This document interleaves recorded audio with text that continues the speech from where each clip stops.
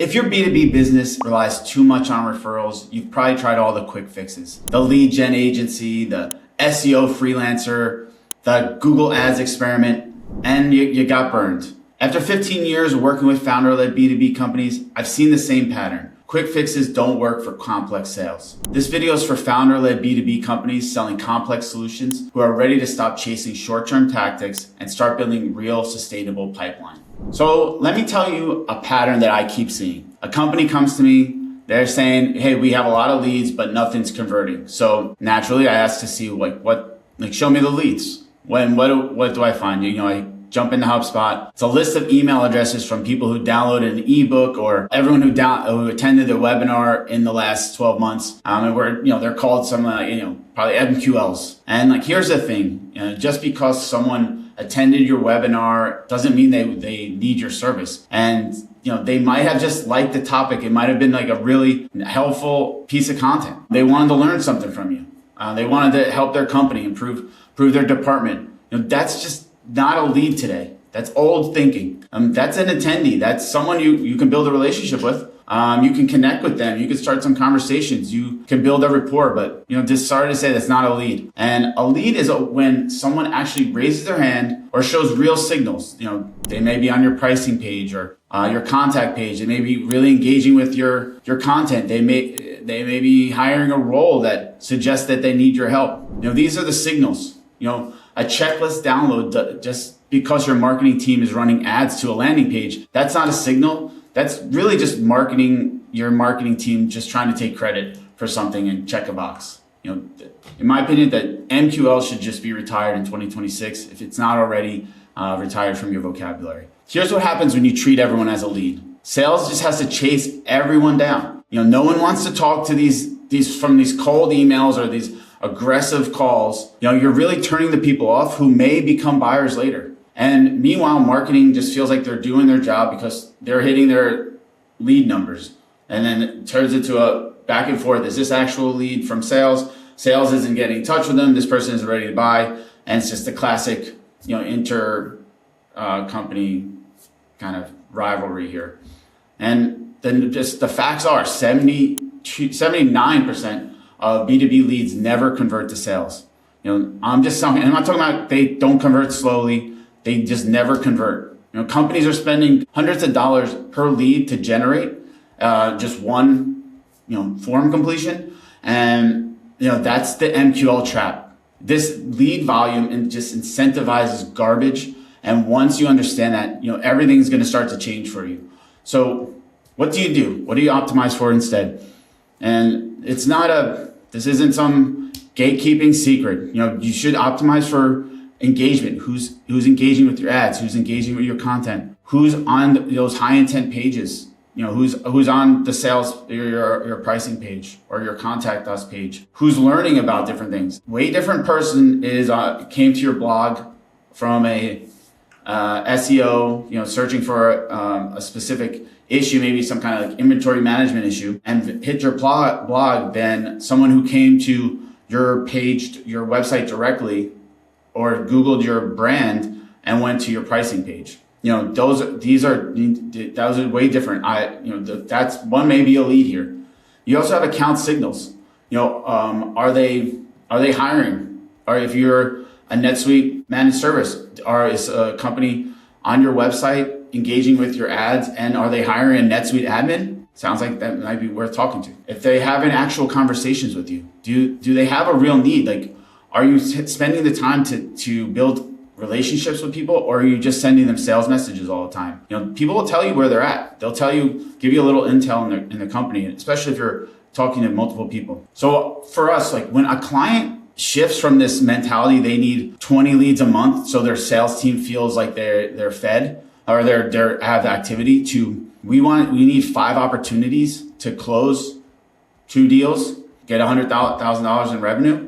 Now suddenly you can start thinking, how do we personalize our approach here? They're no longer cold calling people who downloaded a PDF 3 months ago just to get a conversation and say, hey, we got another discovery call.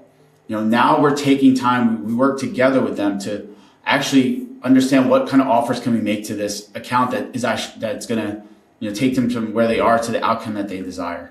This also leads to another problem that a lot of founders have when they're just chasing whatever comes right. This is this feast or famine, this cycle that a lot of us as founders have dealt with before. You're doing sales, you're doing something else. This is not like something that, you're probably alone in. You're not alone with this. Let's talk about we know the business reality here. What happens when you're feast to famine, you're chasing those people that are filling out a form, you're getting the few that are actually in market. What 1 out of 100, 3 out of 100. It's what we know in B2B today. About 97% of your target market is not ready to buy.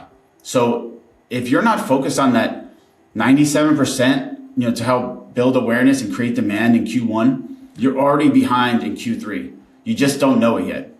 And so then the human toll takes over. It comes those late nights, the self-doubt, questioning your whole plan, chasing just any quick win, any deal you can get in the pipeline.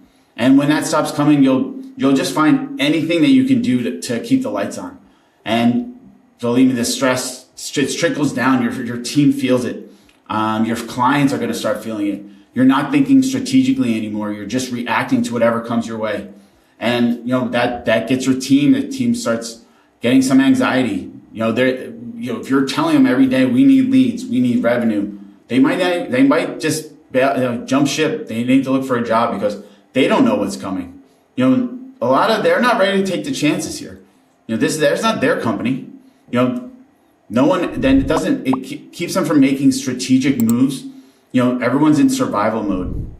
And, you probably take it home, whether it's to your spouse, to your kids, to your parents, to the people you love, the stress relievers, the people you kind of look forward to being with on the weekend. Now they're absorbing all your stress that you've almost put on yourself. And this is what the referral dependency does to you. So, for us, how do you break through that cycle? And it starts with something that most companies get wrong, and it's, a clear positioning. So what I mean by that is when I ask a founder, many of them, who do you serve? Who's your customer? A lot of them are come back just, I know, they say I can serve anyone.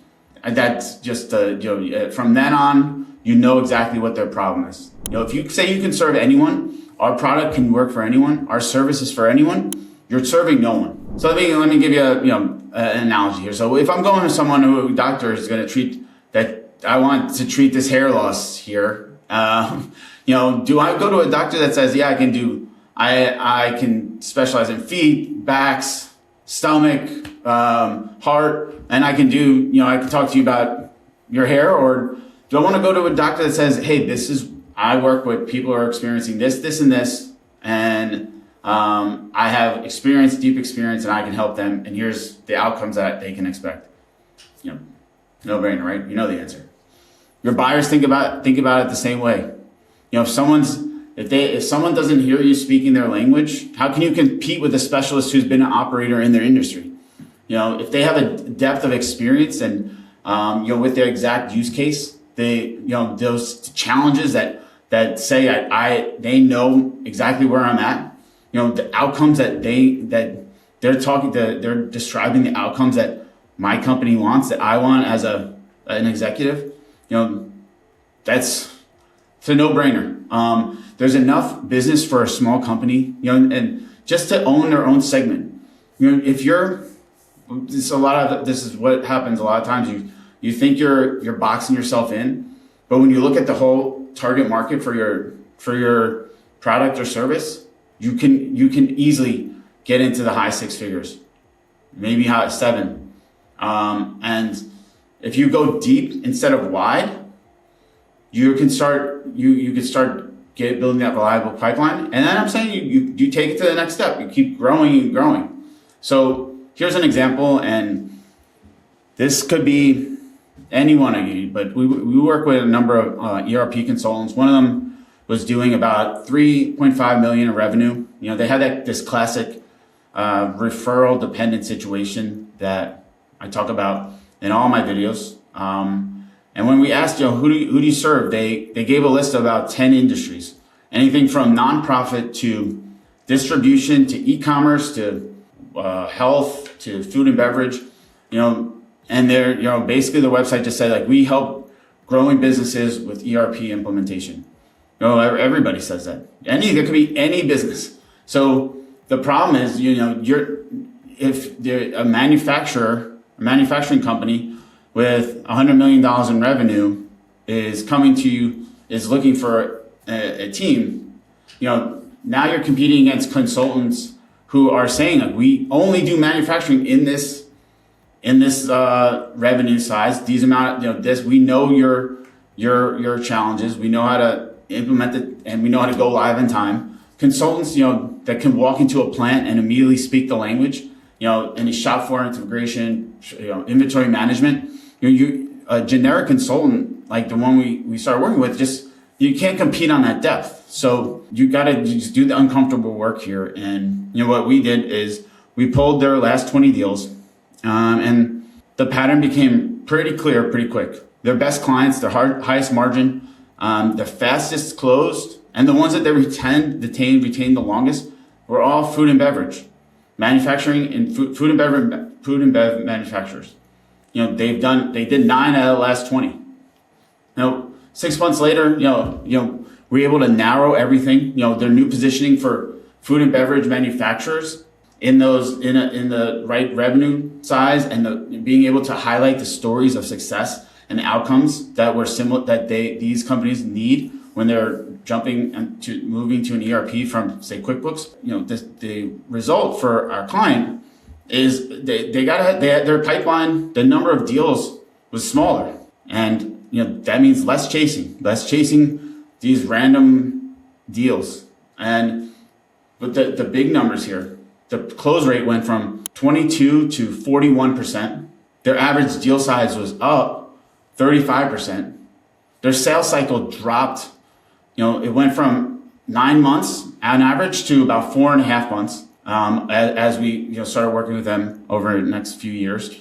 And this is because prospects immediately saw, like, these people get my business. They built the trust.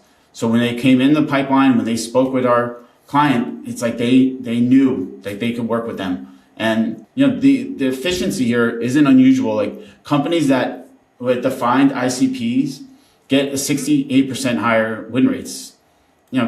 What does that mean for your business? So when you know exactly who you're targeting, you're not chasing those thousands of random contacts and hoping someone bites. You're in that top 50. You're building out your target account list. Maybe it's 50, maybe it's 100 accounts. Companies that look exactly like your best clients. You build those relationships over time. You don't need a bunch of sales folks just chasing. You actually have the relationship building team that you can work with. Your accounts that you're targeting. Some may see you on LinkedIn. Some may see your thought leadership there. Some may see your ads on LinkedIn or your YouTube videos. Some are going to be on your website, reading your blog or your services pages. And they're not just doing these things in silos. They're on Slack. They're talking to each other internally. Maybe they're at happy hour just talking through these, everything that they found and who actually is speaking their language. And when they're ready to buy, and that you don't spend $50,000, $100,000 with your small business if just because you got enough emails from someone after downloading a PDF. Like, when they're ready to buy, it's because they trust you. That's bottom line. That's the efficiency here. It's not more leads. It's fewer accounts. It's deeper relationships, and that leads to higher close rates. It's a little counterintuitive when you've always been chasing these the so-called leads and the numbers game. But if you think about it strategically, this account-based strategy just leads to higher close rates. What are the core channels that work for complex B2B sales? This is the question. I made a note that it seems it's another one of those, you think it's just intuitively one thing, but it's just not always the answer. And that means, for me, I'm not going to tell you that LinkedIn is the channel or YouTube is the channel because you're a B2B company. The best channel is the one where your audience is spending time and where you're willing to show up consistently. So that means you have 2 questions to answer. And the first is where does your audience spend time? So do some research here. Ask your customers, where are they spending time, whether it's learning or just what are they doing during their day? And some of them may not want to tell you the truth, but the real ones will. You can also use tools like SparkToro to get a lot of this information. So you may notice your audience is spending time on LinkedIn, or there's a high percentage of them on Reddit. YouTube typically is a big one because it's the second biggest search engine, and just continues to grow leaps and bounds. And they're also, you need to think it's not always online. It's trade shows. So where are they spending time offline? There's just more and more stories every day coming out how people are, companies and executives are preferring these handshakes over virtual. And it's just going to get, just continue growing there. So how can you do they prefer just having, smaller events? It could be Facebook. Facebook is, the biggest search engine or social network. So from almost every time we pull SparkToro data, that Facebook is top 3, Facebook and Instagram. So you got to learn where they are. And it means every channel has a little different. It works a little different. The content there is a little different on Facebook than it is from LinkedIn. We all know that. People have different mindsets when they're on each channel. But if your audience is on Facebook or YouTube or LinkedIn, but you really love LinkedIn, you like to write, you like to short form text, you like to share some internal documents, you should go there. It has to be a marriage between your audience and what you enjoy. If you're like you'll see this video, it's on YouTube. I want to do more of these longer videos because I enjoy it. I have all my thoughts here. I want to get them out. But not everyone wants to do that. I know our audience is here, and I know that this is like where I want to go. But not everyone, especially our clients, they don't want to be in front of the camera. They want to write. They want to get through their thoughts writing, or some of them just want to do a audio podcast. Do that. You gotta show up. If you hate long videos and sitting in front of a camera, just don't do it. It's going to come through. Just because you're checking the box doesn't mean it's going to be successful. You need, no anecdotes, no personality. Your audience is going to feel this. And I worked with a client that he hated filming.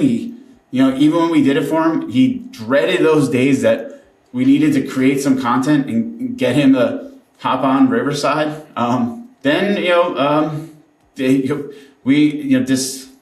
This happened, and this is a true story. He actually we parted ways, good terms, but something shifted after he didn't have to feel like he was. It was like his the job that he had to do because he was paying us. He started doing the content on his own. He was going on site. He was taking pictures, videos, telling stories, and even working with his team and some of his their clients to get everyone involved in his content. And I just checked his page before the video. His engagement has tenfolded, and he's in the comments. He's engaging with every single comment. Every day he's sharing a new story, and it's actually pretty interesting stuff. And because it's actually him, he is doing better now than when he worked with us. And that's to say, he loves sharing those stories, not being kind of being on the camera like this. So here's how when you're a founder, you need to maximize your time. You can't write every short video. You can't just do every small. Every short needs to be its own filming day. You need to know how to manage the multi-channel audience, the audiences on multi-channels without overwhelming yourself. And that means you don't do everything. You got to go deep on 1 or 2 channels. And this is how we do it. This is how our clients excel. You got to create that one long form piece of content. Example, so this video, for example, this is going to be however long it is. What can you do with this video today? I'm going to publish it on YouTube. We're going to create possibly 5 to 10 shorts for that can go on YouTube. It can go on LinkedIn or Instagram. And then we can write everything I'm talking about here. We can turn it into a blog post and embed the video on our colonyspark.com website. This can turn into a newsletter that we send to anyone who's opted in. Each of the different sections that I'm talking about can turn into a LinkedIn post, the text post with a carousel, something to scroll through. Now we're talking, we have possibly 20 something pieces of content just from this one video. And that's how you need to think about it. So whether it's you're doing a video like this, or you're writing a blog post, 2,000 words, or you're recording yourself in a podcast, these all need to turn into multiple pieces. So you're on multiple channels and you're telling the same type of stories. You're focused on one topic and you're telling it different ways. Not everyone consumes content the same. So founders, you got to get more mileage out of that one piece of content.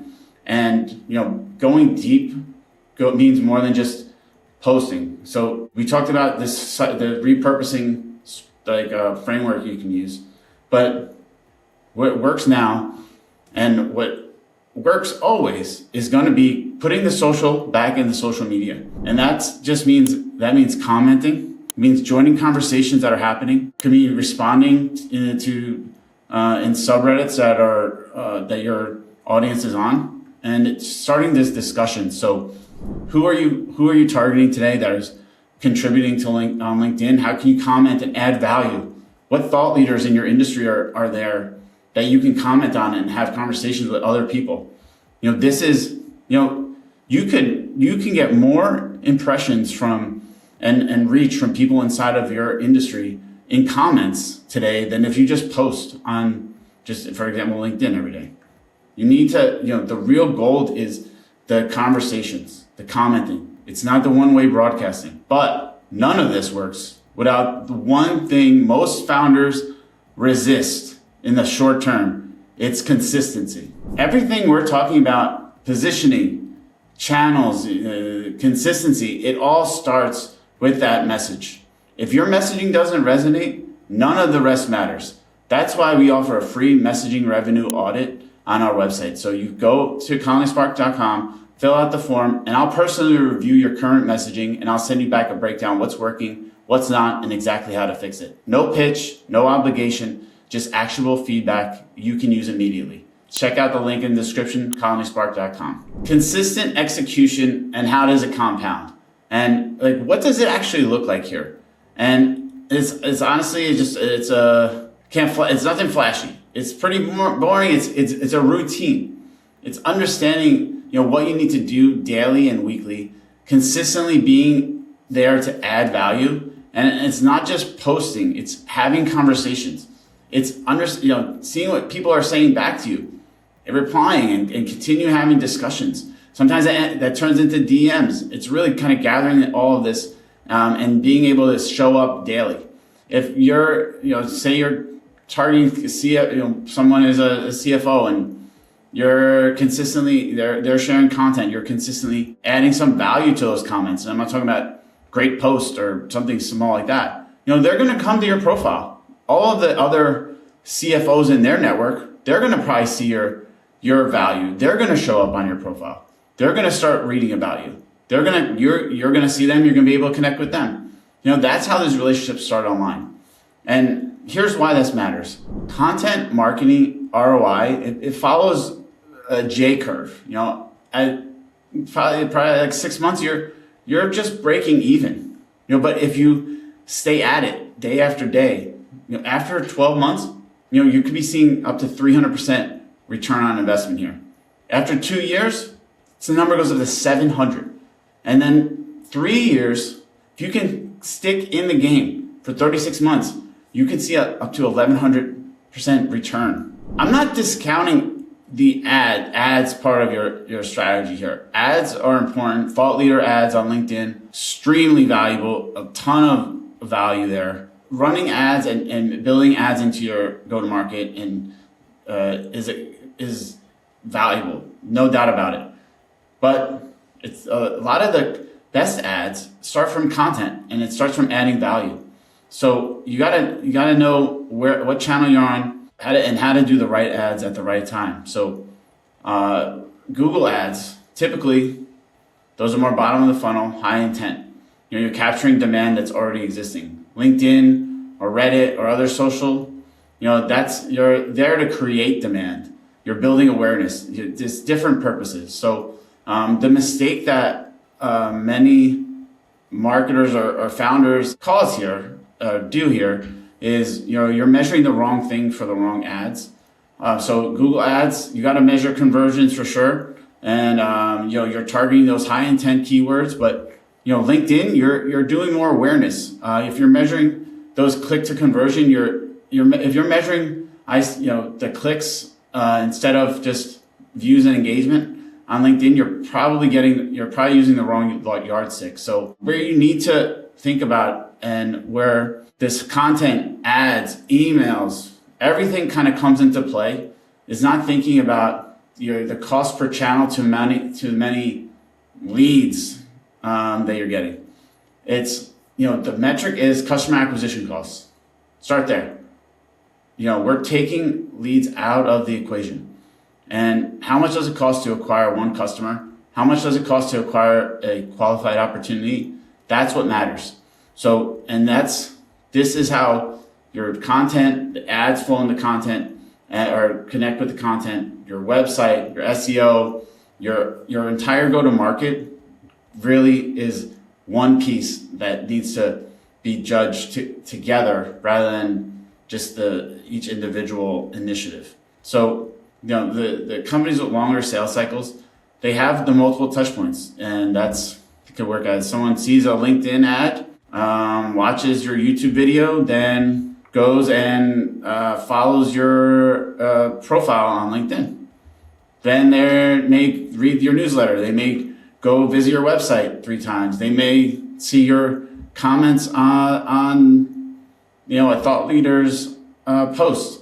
And they may talk to a colleague in Slack about a blog you wrote. Then they come to the website direct, and then they convert. Or you notice all this and you reach out on LinkedIn or send an email. So which channel gets credit here? Is it your great content? Is it the ads? Is it any piece of that? And that's really the wrong credit. You should to judge your system as a whole, understand where the best, what's moving the needle, what's not, but understand that the content is compounding. The ads are going to amplify, but only if you're consistent here. And the whole content piece really hits home for me because whether it was in the political world or now, over the last decade now in the B2B, content has always been a big part of how you kind of build relationships and trust. But I made this mistake that I typically tell other founders not to do. And I burn myself chasing that virality. I was just chasing views, doing content, really trying to get people to comment on my posts, and it worked. A couple posts got 1-2 million views. We're getting, that the numbers are taking off. You get tons of DMs, and for a while there, it felt like just crushing it. But 3 months later, we didn't get one client from it. Not even really one serious inquiry from about our services based on this content. And that was because I was just focused on virality, not to talk to the people that were the best candidates to work with us, just for anyone. And I wasn't adding real value. I was just chasing metrics. And that's the trap that a lot of founders get into here. So you're selling high ticket solutions, and typically your solution takes months to implement. So your solution's touching multiple departments, if this purchase fails, it could change the company, and typically for the worse. So they need to get it right. They need to trust who they're buying from. And when that much is on the line, like, people have every right to take their time to understand who they're working with. Do they understand the outcomes I'm working with, and not just the feature list that's on your website? So all this to say, 1,000 or 100 qualified views beats 100,000 random views on your social. And I'm saying this because a lot of times we're judging ourselves with our social and our content. When we're consistent, we're not feeling like it's working because we're not getting those viral moments. We're not getting 20,000 views on a post. We're getting a couple hundred views. And then it kind of makes it feels like you're not doing enough, or you're doing it wrong, or there's no ROI associated with it. And take a step back here. So imagine just giving a speech 3 times a week, 5 times a week to 100 people in your ICP, something that you know that they care about. Then going and shaking their hand and talking with them, replying to the 5, 10 that come up to you after the speech, having conversations. You'd probably kill for that if you can get that. But why don't we think about social media that way? Why do we think we need those hundreds of thousands of followers when 20 real conversations this month could probably change your business? So here's what you should be tracking. And these are some of the leading indicators. Could be who's visiting your profile page. Are they in your ICP? Are they people you want to be talking to? Who's coming to your website? Are you tracking the accounts and individuals that are on your website before they fill out a form? Are you seeing this information? Are your branded searches going up in Google Search Console?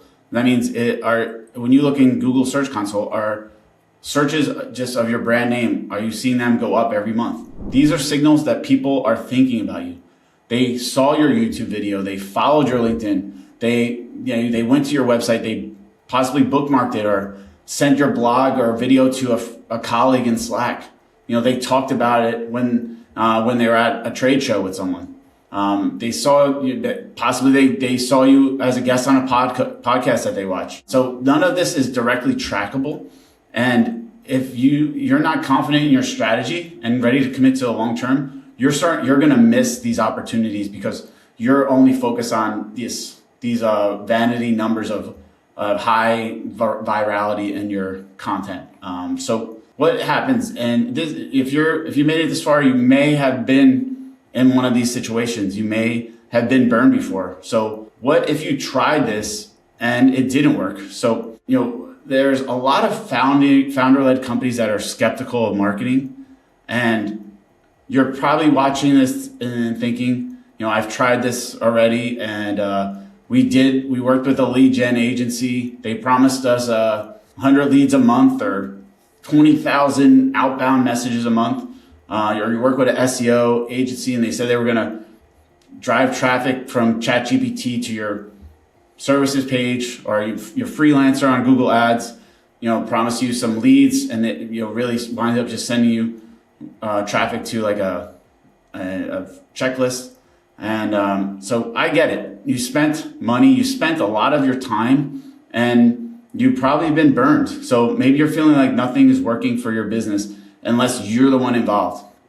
And here's the thing, I would say, first, just because you've felt like you failed with one initiative here doesn't mean you didn't learn something. In fact, you probably learned more from your failures than your wins. And if you change your mentality, start thinking like that, let's not throw everything to the wayside and start over because this initiative didn't work. What did we learn from that? What failed? What can we start changing? And then how you can, the pattern that I see is vendors that burn you, they promise those quick fixes, and they sent you the leads of those downloaded content, the email addresses or attendees, but they're not buyers. So you had to chase them down. No one answered. No one wanted to talk to your team, and it just burns everyone out. It makes everyone jaded, and it just says you don't want to do anything else after that because, a lot of times sometimes the founder will say, I can just go and do this myself. I can talk to some people in my network. I can go to a conference. Or a vendor may have promised 100,000 views on your videos and 1,000,000 views on Instagram, some vanity metric, reach just for the sake of reach without knowing who you're actually talking to. MQLs, those leads, the reach without context, these vanity metrics will get you nowhere. It's like a quick high, and you're always going to be looking for that quick high, but you're never bringing it downstream to understand where the revenue is going to be coming from. A real go-to-market is all about the pieces working together to create pipeline, and a lot of it that is just not directly attributable. So here's where I would start trying to rebuild trust.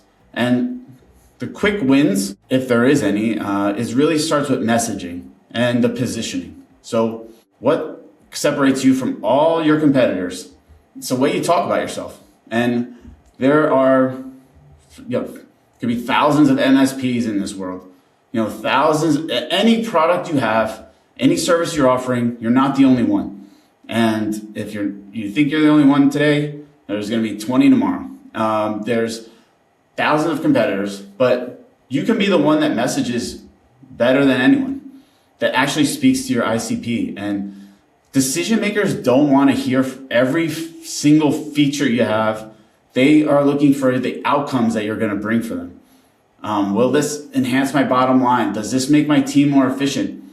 Does this company understand how to take me from where I am today to a transformational leader in my industry? And our revenue messaging framework helps you articulate that. It talks about the outcomes, not features. It understands the transformation, and it speaks to the desired state your audience needs. So if I can give you 2 quick wins, like if our Monday morning action plan here, what you can do, 2 quick wins is get your messaging right. Number 1, you can do this by going on our website, conleyspark.com, and filling out a form for a revenue messaging framework analysis. I'll do it personally, and we'll hop on a call, walk you through it. So you can update your website from that. So now when someone lands, you're actually talking to them in a way that none of your competitors are. Your competitors, I'll be honest, they're probably going on ChatGPT saying, this is what I do, this is my audience, what are their pain points? And then you just start listing, you have this problem, I can fix it. You have this problem, I can fix it. That doesn't work. Then, if you have it on your website, now you can weave it into all your content. Now you're standing out. Now you're going on those preferred channels that you enjoy contributing on, whether it's YouTube or LinkedIn or talking about it on Reddit. This is how you can start differentiating yourself from every single competitor, every single CEO or marketing team that everyone sees. It's talking about the same old stuff. If you're talking about the outcomes, you're telling anecdotes, and you're sharing the desired state that only you can talk about. Now you can see these are just small, quick wins. You can see how your customers respond to these new messages. Then you start building towards this multi-channel, multi-stage go-to-market that's actually built for your customer. So where does this all add up to? What does a predictable revenue engine actually look like? So let's talk about first, what's the cost of staying stuck where you are? The cost of referral dependency. And companies with predictable revenue and diversified channels actually sell for 4 to 6 times EBITDA. Like referral dependent companies, that's only 2 to 3x if you can find a buyer. So I like to break it down in probably what you're thinking about at the end of the day. So on a $500,000 EBITDA, that's $2.5 million versus $1.5 million.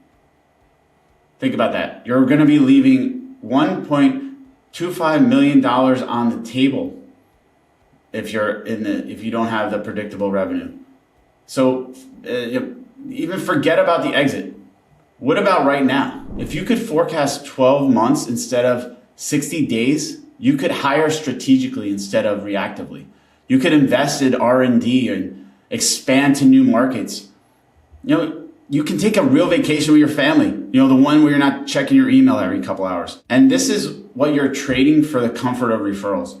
Just take a second and just let that sink in. So here's what a predictable revenue engine looks like. It has a couple pillars here, 4 pillars, I would say. One is going to be that foundation. You have the tight positioning. You can say who you serve in one sentence, not a list of every industry or everyone. You're going deep on one segment, and then after you own that, you spread out. It has the channels. So 1 or 2 channels where your audience is then you move to the channels. You have the 1 or 2 channels where your audience is and where you're actually going to show up. You're going deep there. You're going to post, comment. You're going to be potentially running ads on that channel.